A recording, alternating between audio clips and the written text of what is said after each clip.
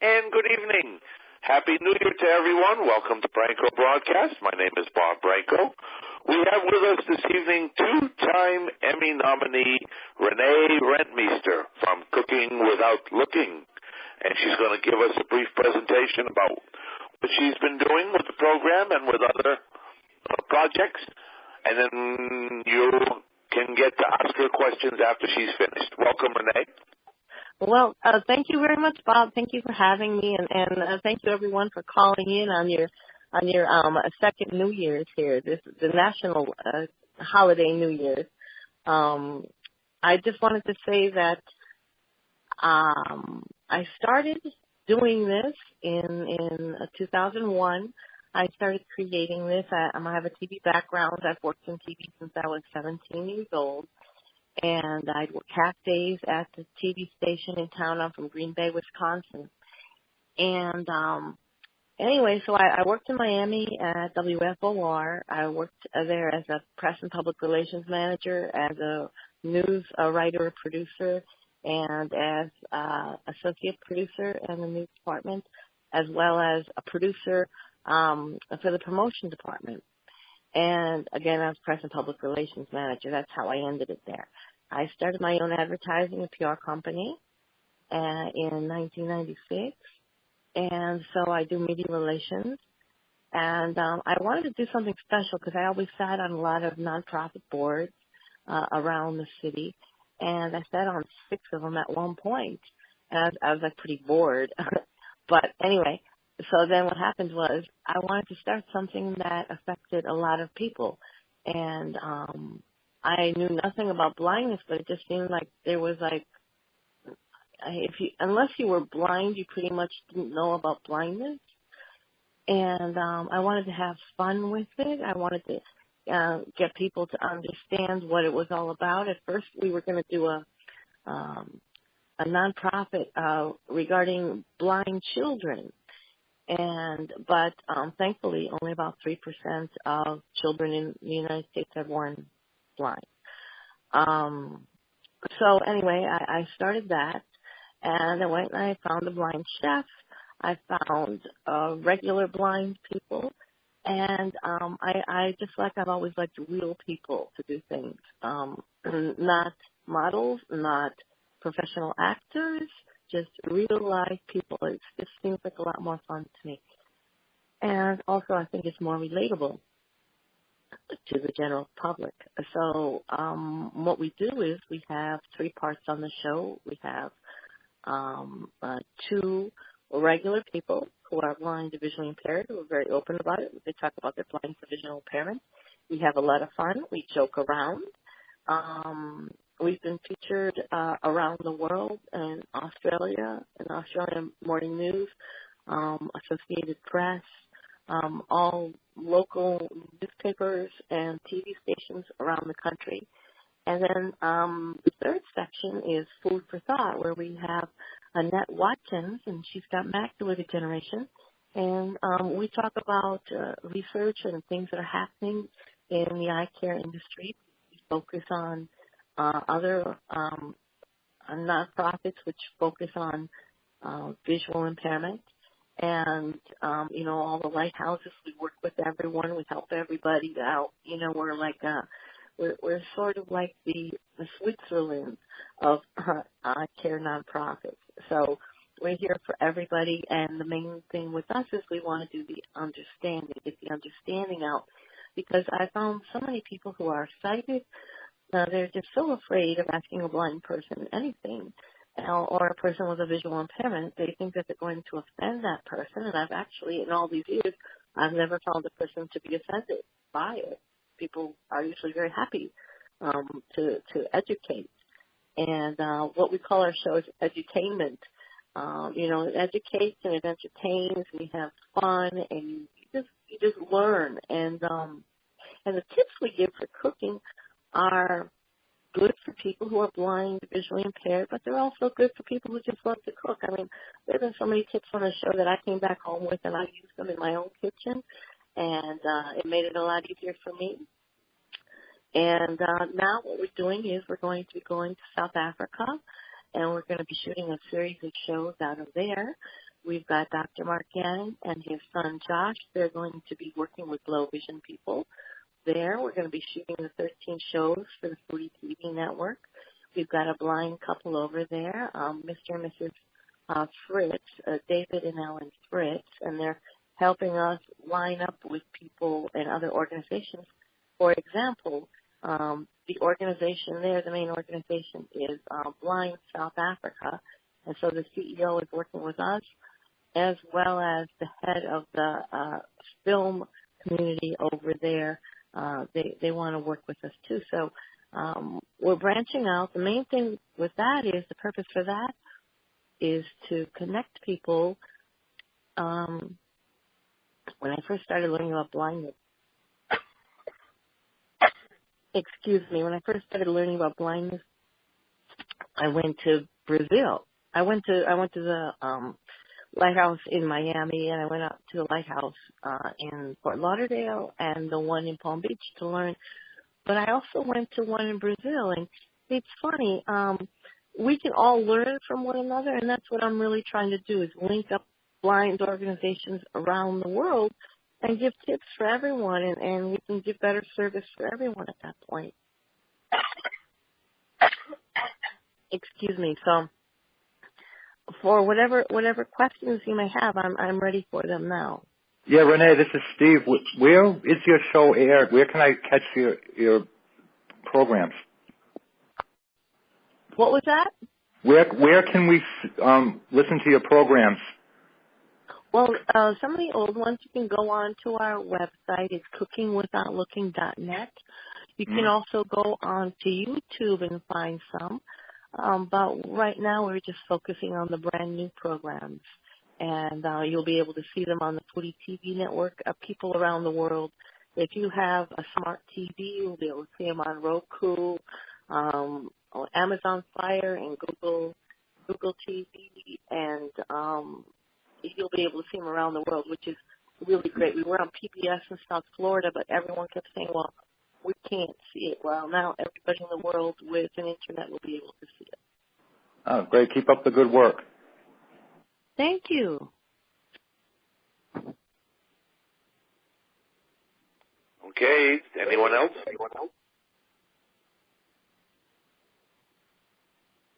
Any other questions? Yes, I have a question. Sure. I was wondering, if people without an internet connection, can they also see you on TV at all, or is it only people with an internet connection?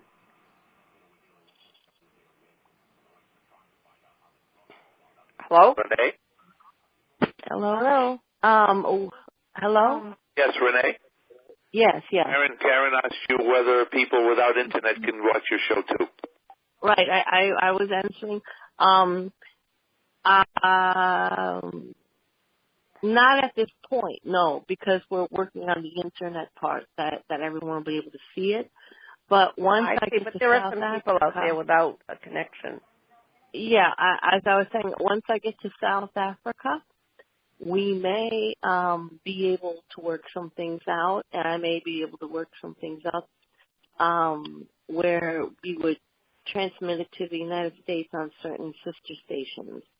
So we'll keep an eye open for that, and we'll get back with you. Renee, are you blind yourself, or No, I'm not. Were you? No, I'm not. No. No. You know what? It's a funny. Renee, this is Mike. Hold on. Renee's going to answer Terry, and then Mike, you're going to ask your question. Go ahead, Renee. Okay, great. Sure.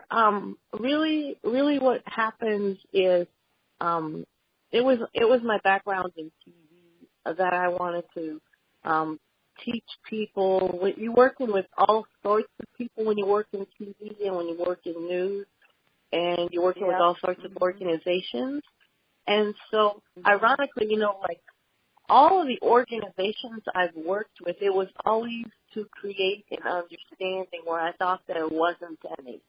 And so, like I the 2 Emmy nominations were about youth gangs. I hung out with youth gangs in the middle of the night for 3 months and rode around with police officers. I'm not a gang member. and then the other Emmy nomination was for civil rights movement for the Black History Month. And I'm not African American either, but I love their story that the people in the civil rights movement in South Florida had to tell. They were like really very compelling. And then I was on a board for breast cancer, and I've never had breast cancer. My family didn't have breast cancer. And let's see what else. It goes on and on. Really, it's just about me trying to create an understanding for people where I think there isn't. So how, Renee, do you find your people when you're looking for people to be on your program? How do you find them? Do they have to write in? I haven't had. Pass the criteria? People have called me. People have called me. People have emailed me. I have a Twitter account. I have a Facebook. I have my own personal Facebook, which most of the people, there's a good third of my Facebook people who are my friends are blind or visually impaired some way, or in the industry, and as well as people I contact, like the lighthouses and whatever organizations in town. Like that's what I'm doing in South Africa, and they have their people who they give to me. I live in Canada. Well, if you wanted to be a part of it, wherever we're going to be taping in South Africa. So if you want to fly in, South African Airways is sponsoring our show in South Africa. So right now that's what we're working on. A week of shooting shows in South Africa with the Foodie TV network. When are you going to be shooting the shows out there? Michael and then Stephen. Michael Lance, then Stephen. Go ahead, Mike. Yeah, hi, Renee. This is... Mike! Yeah. Mike! Yeah. Question. There's a place in Palm Beach County every week, I think. It's called the Braille Club. Yeah, are you familiar with them? I belonged to that for a long time. I belonged to it for a long time, yeah. Uh-huh. There's a funny story with that, Mike, because one time, like I live in Dade County in Miami-Dade, and it was funny because I took the Tri-Rail up there, which it takes me 3 hours to get with Tri-Rail. And then I had to walk some blocks to get to it. And all of a sudden, when I got up to the Braille Club, I'm like, oh my God, there are no cars. Did I put down the wrong date? And then, of course, once I got in, I'm like, oh, God, of course, everyone is blind. No one drove over here. And so sometimes, I forget. It's not about the blindness. It's about the person. But sometimes I will just, funny, dumb little things like that will just, go past me. Yeah, I love the Braille Club. It's right. like the only club that's by and for people who are blind and visually impaired, and they have nice lunches, and they have people come talk, and it's just a very friendly atmosphere. Yeah, I have to go someday. I'm just curious when you're planning to do the shoot in South Africa. Like, is it this summer or? Well, probably as soon as possible. We've got one sponsor left that we have to fill in. And I've got 2 or 3 companies who are looking at my proposal right now, but I've got only one, and it's a sponsorship for $4,900, and then we would go in there. So I'm thinking, my guess is it would be sometime in February, late January or February. Wow, oh, that's good. With that sponsorship, yeah. But it's really amazing. And Mike, you helped me. If any of you guys ever doubt that we're all connected, it's not, because one day I was telling Mike, where were we going, Mike? I drove you somewhere, and then what happened was I told you I was going to South Africa to shoot some shows. And then he said, well, wait a minute. I know a friend who used to work at the Lighthouse in Miami, and he taught in South Africa. So then you gave me his phone number, and then he called me because he gave him my phone number too. And then we linked up. He gave me the Fritz's, David and Ellen, and then they're going to link me up with patients and doctors that Dr. Gannon and his son can work with, and they've got very special machines that you can use if you have macular degeneration or glaucoma, that you can use to look through the good part of your macula and do all your favorite things like play cards or knit or whatever you like to do with them. It's called Renew Vision. Right. So we're like all very connected. Anyone else? Excuse me. This is Joan Miles. Jeffrey. Jeff, how are you? We're going to go with Jeff first, and then we're going to go with Joan Miles. Go ahead, Jeff. Okay. Does it have the thing, because there's a Braille book entitled Cooking Without Looking that the American Printing House, do you have anything to do with that? No, that was a long time ago. It's funny because I thought of the title and in 2001, and then somebody mentioned, about the lady I want to say 1967. She wrote a treatise called Cooking Without Looking, and it was for the University of Texas or something. And so there's no copyright on it. And so now I hold the copyright for that, the Cooking Without Looking. Oh, good. All right, Joan. Hi, Renee. Hi, Joan. This is the first I time was wondering if... right? Sorry, what? Oh, no, that's right. Well, we're friends on Facebook, and I'm like, did we talk, or did we actually just do the Facebook thing, or we did talk at one point, didn't we? We did talk at one time, yes, and it's wonderful to hear you again. Yes, and so I'm guessing you work mostly with adults. Do you ever get to work with younger people? No, we have kids too. We always have 2 or 3 kid shows too, and we have the kids on there. In fact, we did one at Zoom Miami with kids. They were making pizzas at Zoom Miami, and then we had some kids. We had a whole audience full of kids from the St. Augustine School for the Deaf and the Blind. And let's see what else we had. So we had also the NFB has an organization. Was it Parents of Blind Children? We had them on, and we dealt with that. Because I would think that if a child was born blind, sometimes that would really frighten a person because they don't know about it. So we had a really wonderful family on there, 2 wonderful families, and they had their kids making games. So yeah, we deal with the kids too. Oh, that's so excellent. I'm just so happy and proud of all you do, and I can't wait to hear about your African adventures. So. Well, thank you. We've got people, and telling me places to go. I hear that Cape Town is like a really foodie-oriented thing, more than Johannesburg. We'll fly into Johannesburg, but we'll go to Cape Town and shoot some shows. And then, there's South Beach in Miami Beach. Somebody told me that there's something like South Beach, only it's called Kauai. It's like the cool part of Johannesburg. So people have been ever since I mentioned this, people have just been coming in from all over the place telling me, well, you can do this, you can do that, and that's really how I started the show. I had the idea for the show, and then I went to the Lighthouse for the Blind and Visually Impaired in Miami, and I met Vern there, and he was there forever, I guess. And he looked at it. Ellie Dupree, who is just retired from the Lighthouse of the Blind in Broward.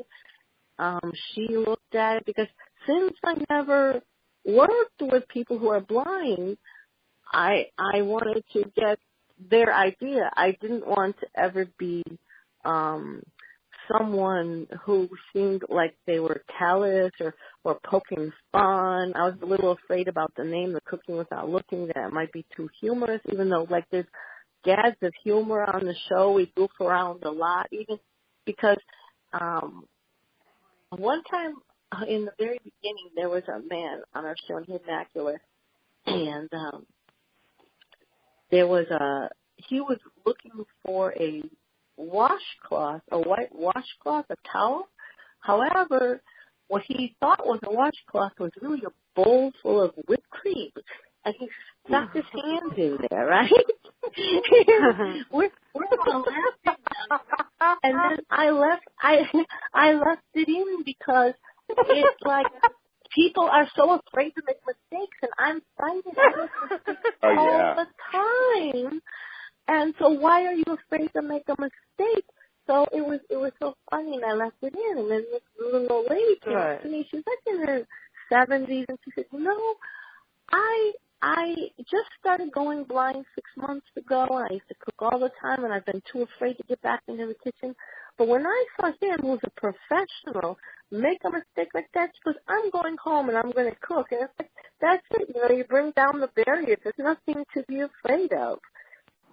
People who are blind, I always say this, are much more careful than any of us in the kitchen because you're thinking about what you're doing. Me, I drop knives on my feet. I burn my arms. I do all sorts of things. My daughter tells me, you need foundation because I'm always burning my hands on the oven when I'm sticking my stuff into the oven. Like my arms have just like this one line across in the middle. You need those long mitts. Yeah, I know what I mean, but it's yeah, I know. I don't even mind. Yeah, this is Alan. Have you ever thought of selling your program to PBS? Yeah. We were on PBS. We were on PBS. You don't sell your program to PBS. We were on PBS.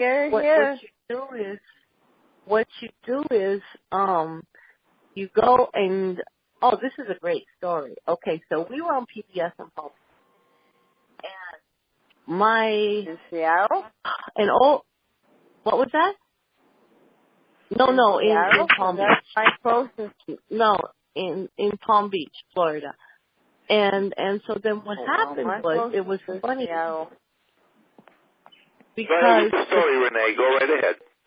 Okay, so the program director was an old friend of mine who sat on the board of. We were on the board of the board of governors for the National Academy of TV Arts and Sciences together, right? And he loved the idea from the very beginning. So he was afraid that his news director might not like the idea because he didn't like the idea of maybe seeing a person who was blind on TV. Maybe it would be jarring, he would think, for the audience. So what happened was we just produced the show secretly in their studio the first time around, right? And then my friend snuck it onto the schedule without telling his boss. Whoa. Well, when his boss got when his boss got word of it, and everyone was calling in and saying how much they loved it, he was our biggest supporter. But it was funny because that's how we got started. We snuck it onto the schedule. Very clever. Yeah. You gotta do what you gotta do, right? But you don't sell your things to PBS, and you don't really have many spots. Like for example, the Foodie TV network, we did a lot of spots to sell. We can sell 4 spots or as many as we want, and make money that way. I was telling someone I've never made money from this show. The money that we get goes to our foundation, the Disney World Foundation, and then it allows us to provide services free of charge. So that's what we do with advertising money. It's just like regular TV, like a regular TV show, except we do it with the money. Renee, did you ever know Julia Child? No. But I did see that movie, what was that, several years ago, Julie or something, where this one young woman used Julia as a muse for her blog to write the cooking blog. Oh, yeah, Julia. Oh. Yeah. It was a cute movie. Yes, but I never. That was very good. I did meet Emerald Lagasse a couple of times. Like, he would be going into the radio station. He was the first interview, then I would do the next interview. He's like a quiet guy in comparison to being on TV. So, yeah, but he's a nice guy. Yeah. Renee, have you ever spoken with Dale Campbell from Cooking in the Dark? I sure have, in the very beginning. I was wondering whatever happened to him. How's he doing? Oh, He's still around. He's got another dog. He's doing really well. He has a thing called Blind Mice Mega Mall now. Oh, he runs that? Right. And they're good. Apparently, he's doing very well. His slogan, "You don't have to have sight to cook dinner tonight," is right. Mm-hmm. Right. Yeah, he's a nice guy. I met him in the very beginning. Dallas or something. May I ask another question, please? Yes, I just wanted to make a comment. We got somebody before you, Karen. Is that Terry? Oh, I'm sorry. My apology. Yes, it is. It is. Terry and then Karen. Go ahead, Terry. Renee, do you... okay, you say you have to actually approach certain people at PBS. What if somebody who would be an audience member in a different area was to write an email or something to the PBS station closest to them? Would that have any weight? If you know what I mean? Like my closest, I'm up in British Columbia. I'm up in my closest city is Vancouver, and I'm in Surrey. But if I was to an email to whomever I had to down at Seattle, Washington. Well, as I mentioned, we were on PBS. And so I don't want to be on PBS. Through Washington. It didn't carry through. Well, yeah, that's the point.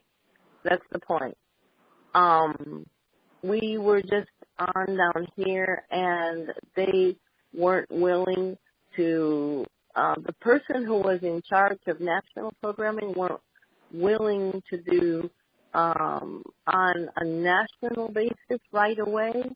And so I've just moved on. Yeah. Okay. So you're not gonna do that again. Renee, I have a question. Karen, you're next. Go ahead, Karen. Yes, I wanted to make a comment and also ask a question. The first cookbook I ever read and cooked with was, interestingly enough, Cooking Without Looking. Almost 50 years ago, and over 50 years ago. That's what I mentioned. That's the lady who wrote the also. That was what I wanted to ask was, do you ever have any blind cooks on your show? Okay, that's the whole purpose of the show. Everybody on the show is blind. Right. I'm the only one who's not. I'm not. Everybody is blind. Right. Yeah. So everybody who's cooking is blind. Oh, yeah. Oh, yeah. Have you ever had the... Michael Lance, then Joni. Go ahead, Mike.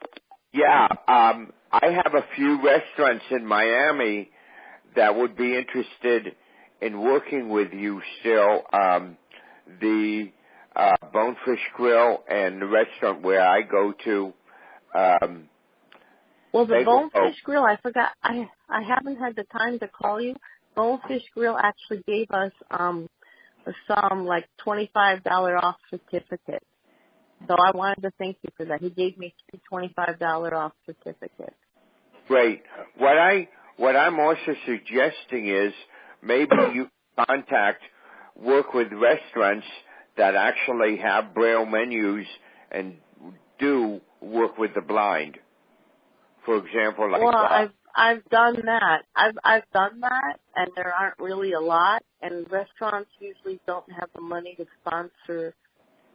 Believe it or not, they don't have the money. They'll do like the Bonefish Grill. They'll give me certificates to raffle off. Yeah, that's what I found. I've done that with like lots and lots of restaurants. Yeah. Yeah, I have another one, Outback. That's my hangout. Oh, I know. I've been there with you. Yeah. No, that's really usually what restaurants do. They give you gift certificates to raffle off, and they'll give you a gift basket to raffle off. So, yeah. But they don't give me that kind of money to actually sponsor a show. Also, Bagel Cove. Yeah, they really wouldn't. They probably definitely give a certificate. Oh, I'm familiar with it.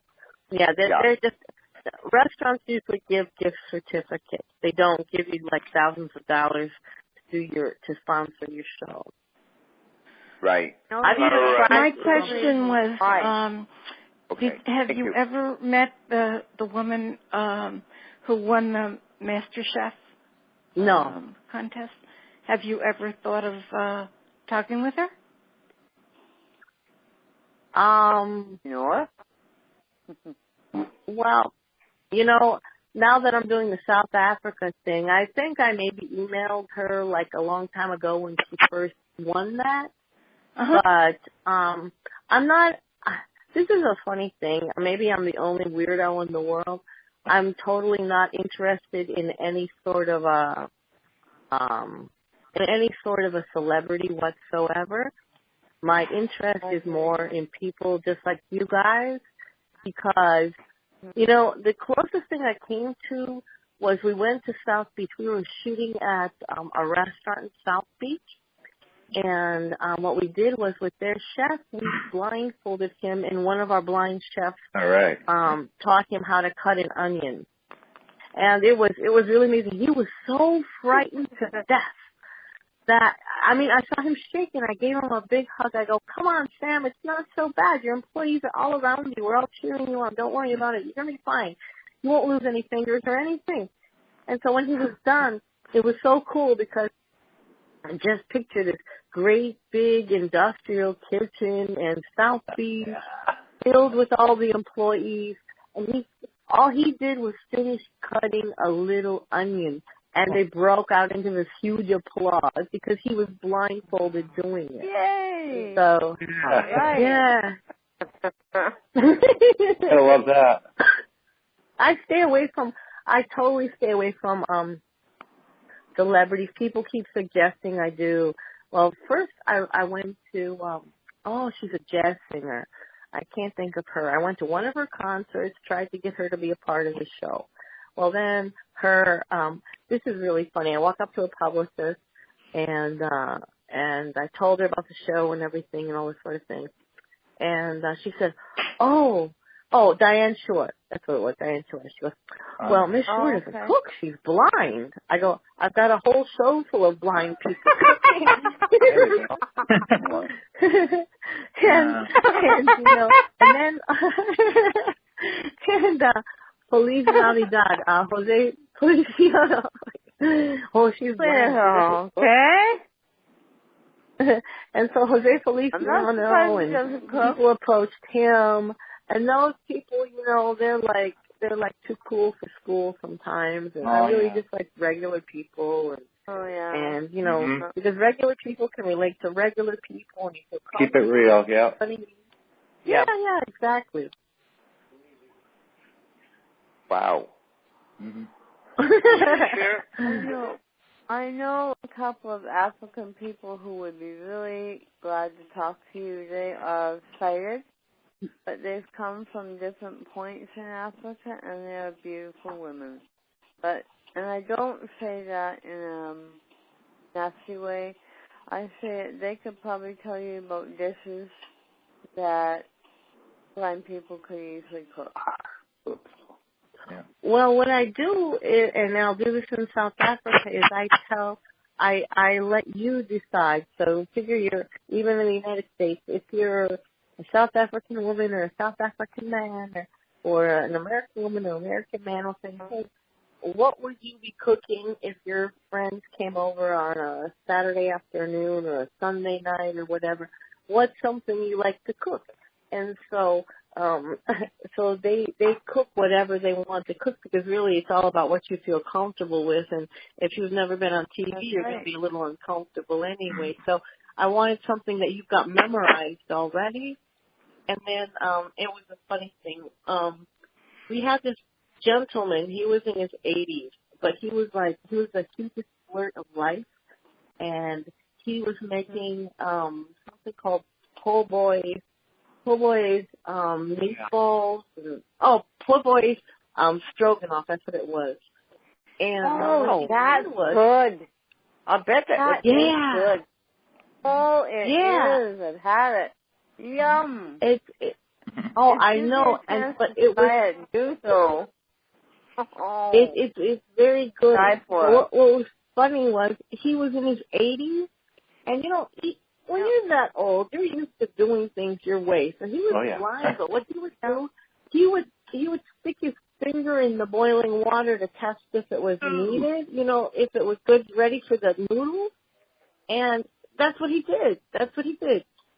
And that's what he always did. And so I don't go screaming at people, because that's what you do. I don't scream at a dog for barking. That's what they do, So then I walked away from him on the stage, and all of a sudden I heard like 3 women screaming at me. Look what he's doing, like a little kid, like he's a little kid. He's 85 years old. Look what he's doing. And I'm like, I go over there and I look, and I'm like, oh. I go, this is how you tell that your water is boiling. Usually I just tell people, well, you can hear it popping, you can hear the water popping. And he just stuck his finger in. Well, what I did was I didn't put that shot on because, I don't want people sticking their fingers in water and burning them, because he knew what he was doing, But I just cut that shot out. I cut that shot, but it was sort of funny. That's what was that? South Africa. That's what they do in South Africa. Oh, so that's what they also. This is an American man. I'm talking about. One of the ladies in South Africa told me that's exactly what they do. Sure. Okay. Yeah, he wasn't South African. He was just some guy from Broward. That's the way he did it. And we all have our ways. Whatever works, right? Yep. We do, yeah. If someone were to stand over my shoulder, my email. You want my email? Yeah, but You guys want my email? You want my? I can sure. email my phone number. Why don't you give it out, Renee, so that everyone on the conference can have it? Sure. Here goes. Are we all ready? Yeah. Okay, my email is RENEE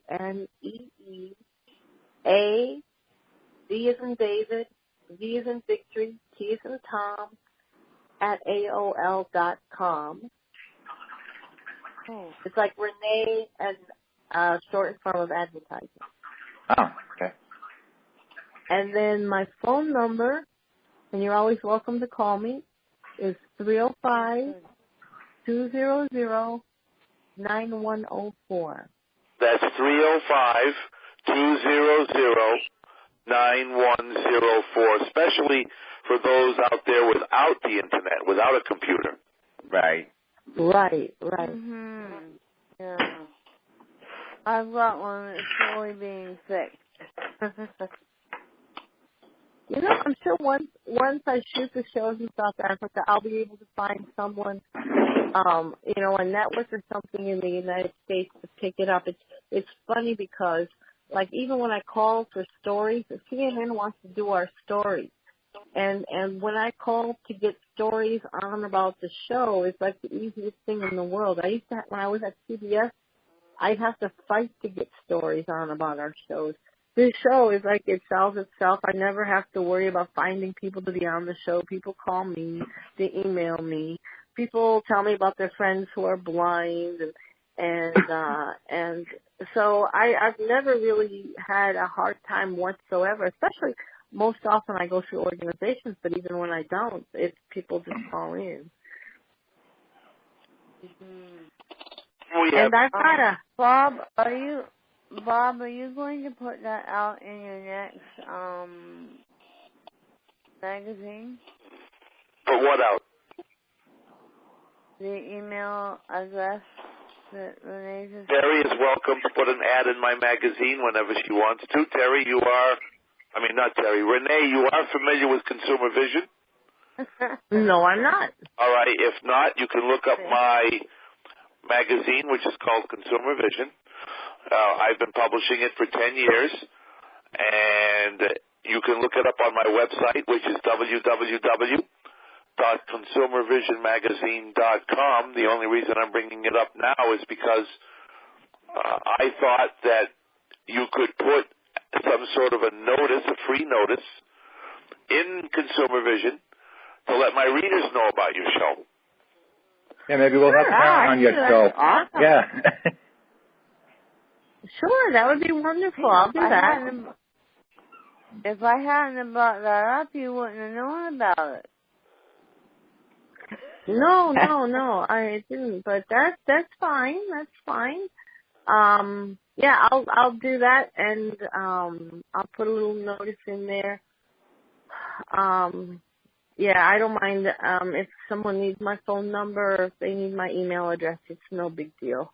Some people get all feisty about it. I'm also on Facebook. I've got my own Facebook page for me personally, and then one for Cooking Without Looking. It says Cooking Without Looking TV show. And I put up recipes and tips every day. And then I've got a Twitter account, Cook Without Look, which it links up to my Cooking Without Looking Facebook page. Oh, okay. Yeah, I don't do Facebook and I don't do Twitter. I don't know how. Well, that's all right. You know, it's like I've helped a lot of people who were visually impaired or blind. Actually, I've set up their accounts for them because even with my site, it gets a little crazy. Like, what in the world? Where did this come from? Where do I have to put this? How they keep moving things on you, and they move things around. I know. Oh, they do. I know. Because when I had my old computer before it kicked the bucket, I was on Facebook. And it drove me crazy. I said, okay, that's it. And I wrote to them and I said, until you straighten this out and make it easier for somebody like me, who's just a beginner, I'm not going to sign up for you guys anymore. Yeah, to make it more accessible, that's for sure. Have you ever thought of compiling all your recipes and putting them in a Braille cookbook? I was just thinking the same thing out. Dude, we do have a cookbook, a Cook Without Looking TV show cookbook, and we didn't do Braille. We did large print, and then what we do is we have a CD in the back which talks to you, and it talks you through the recipe. And so you know, for the South Africa shows, we will do a special book for that. We've got the other one, and it's like it was like 17 recipes from our first seasons of shows, and we had that. So it was a lot of fun to put together. How do we those? Hey, Alan, then Terry. Go ahead, Alan. Question, I think. How do we obtain one of those? Well, right now I have to order a whole bunch more, and then you can write to me to see. We don't have any in stock right now. My whole focus is on the South Africa thing. So I thought someone was at my door. The whole focus on the South Africa thing, and we will do a cookbook for that. And then at that point, we'll redo the other cookbook at the same time. But it was large print, and it's folded over very easily, and it also has the CD, the descriptive CD in the back that anyone could use and play. The funniest part, I don't want to make it seem like only blind people can use this. Everybody can use everything. Yeah, I hear what you're saying. When I first found out that they were talking computers, because here's a funny thing. 15 years. Hello? Renee? Hi? Go ahead, Renee. 15 years ago, I did marketing for a man he produced gluten-free crackers, right? So we only focused on the people who have the disease. The disease that you really need gluten, which is a small amount of a population, tiny bit of population really needs gluten-free. The moment you tell someone, wow, maybe you can lose weight with this, like the entire world wants to have gluten-free. Everyone wants to be a celiac at that point,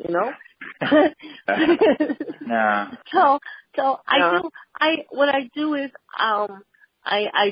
is featuring people who are blind and visually impaired, easy everyday meals, prepared by blind chefs, and I put chefs in parentheses because we do have some regular blind chefs who have their own businesses, but we also have just regular people, and I call them chefs in parentheses. So, because we're all really a chef at heart, right? And I love, what's her name? Rachel Ray. She's not a chef. She's just like a cool person who loves to cook. And, she's self-trained. She's not all fancy schmancy about stuff. And really, you go to cook to have some fun. We all have to eat. You might as well have fun, preparing your meal. So that's the one thing that we all have to do is eat. And so it crosses all barrier lines, Yeah. Mm-hmm. We have time for one or two more. Renee? Yes. And Peters. Don Bowden, go ahead. Just very quickly. Renee, this is Dawn from Massachusetts. Your South African show, was this something that was just recently started? No, I've been working on this for 2 years. And I've gotten people and organizations together, and I've got a whole bunch of people lined up. Renee, you are breaking up. I don't know if you're mobile or not, but try to. Can you hear me? Can you hear me now? It's much better. Continue. Yeah. So no, it was like I've been working on this for 2 years. Oh, okay. Yeah. Wow. So it takes a while to get people lined up and to get people on board, and sometimes Americans don't like to do things in other countries, and then, you have to. I know. Somebody from one of the blind organizations, the big blind national organization, really is excited about doing this, right? But she was worried about getting someone in her office. She was worried that he might be afraid to go to South Africa, And I said, well, I'm just this little weenie blonde woman. I said, so, if I'm not afraid, I'll hold his hand, and he won't be afraid either. Right. Very good. Okay, Ed Peters, you're next.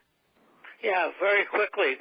I had a little trouble getting into the system tonight, the phone system, so I may be asking you to be a little repetitious, but I'd be curious to know what you did before you got into this blindness and TV field. Were you in TV, or how did you happen to stumble into it? Well, I didn't stumble.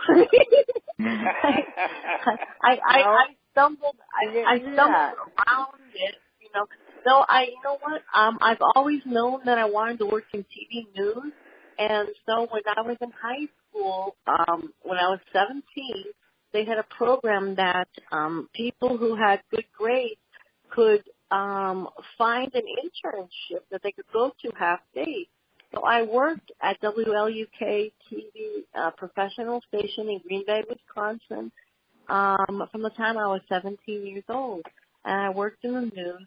And it's a funny thing, you know, people in Green Bay, and I like to consider myself still down to earth, but, you know, very down to earth. So my family, which are, you know, farmers and factory workers, they all looked at me like I was crazy or on drugs or something or both. And then I had one of my trigonometry teachers. He told my mom and dad that, well, she just wants to go into it for the glamour. And I said, obviously he wasn't with me. And this weekend I walked through a flood. I was covering a flood with the photographer, and the flood, I am not lying, was up to my neck, and I could not swim to save my life. So I was telling my mom and dad, I go, next time he says something like that to you, tell him how glamorous it is that I almost drowned in this water to get a story for him. But, you know, it's a funny thing what people think. So then I went to college at UW Eau Claire, and then I worked as a radio reporter there, doing all those community stories about you know, the city council, the county board, you know, all those things. The smooth. If you have a sleep deficit, you know, that's where you go. And so then I'll turn up for that. Exciting. And then on top of that, I left here, right? After I graduated, I went to Miami and I started working what began at WCIX TV in Miami. I started writing advertising copy and for all of the ads that we had, and then I produced TV promos, the show promos, and then I worked in the news department because they were getting rid of my job and they didn't want to lose me, so they put me in the news department. So I was assignment editor, and I was associate producer, which means that you call and get all the stories and all the facts. And but I've always wanted to do good with what I do. So like I could have lost my job a couple of times. There were people calling in for help, and I would tell them the back way to get help. And for example, this one man and his wife, they had a 3-month-old little baby, right? And he needed a liver, but I don't know if it's like this all over the United States. But if you're like really young or really old, they don't put you on the list. Mm-hmm. So you've got a long time to wait, if ever. So I knew, you know, when you talk to these people, you get really, really used to them. They're like a friend of yours. And I said, well, listen, the governor is going to be having one of those hoity-toity lunches, you know, fundraising lunch. And I said, what you do is you walk in with our cameraman, and you walk right up to him. So I instructed the cameraman, and we did one of those ambush pieces where we ambushed the governor. Oh, I like your style. And everyone. I love your style. Oh yeah. And thank you he very was, much. and there he was. He was on camera. What could he say? And 3 days later, the little boy had his liver. Yay! All right. Yay! Good. Well, looks like our time is up, eh? Looks like our time is up. I really enjoyed it. Bob. It goes too quick, Bob. Well, I do want to thank you for sharing your time with us tonight, Renee. And before I close, I just want to let you know we're all regular people. That's it. We're all regular people. Especially if we eat prunes, right? Oh, God. That would make us irregular. Well, that's also for those of us who are irregular, but that's another subject. That's right. Thank you, and we hope to have you back on in the near future. Oh, well, thank you very much. I really enjoyed speaking with all of you. Thank you for taking your time. I enjoyed it. Bye now. Thank you, Renee. Thank you. Thank you. You guys come back after your South African show. Oh, yeah. Doesn't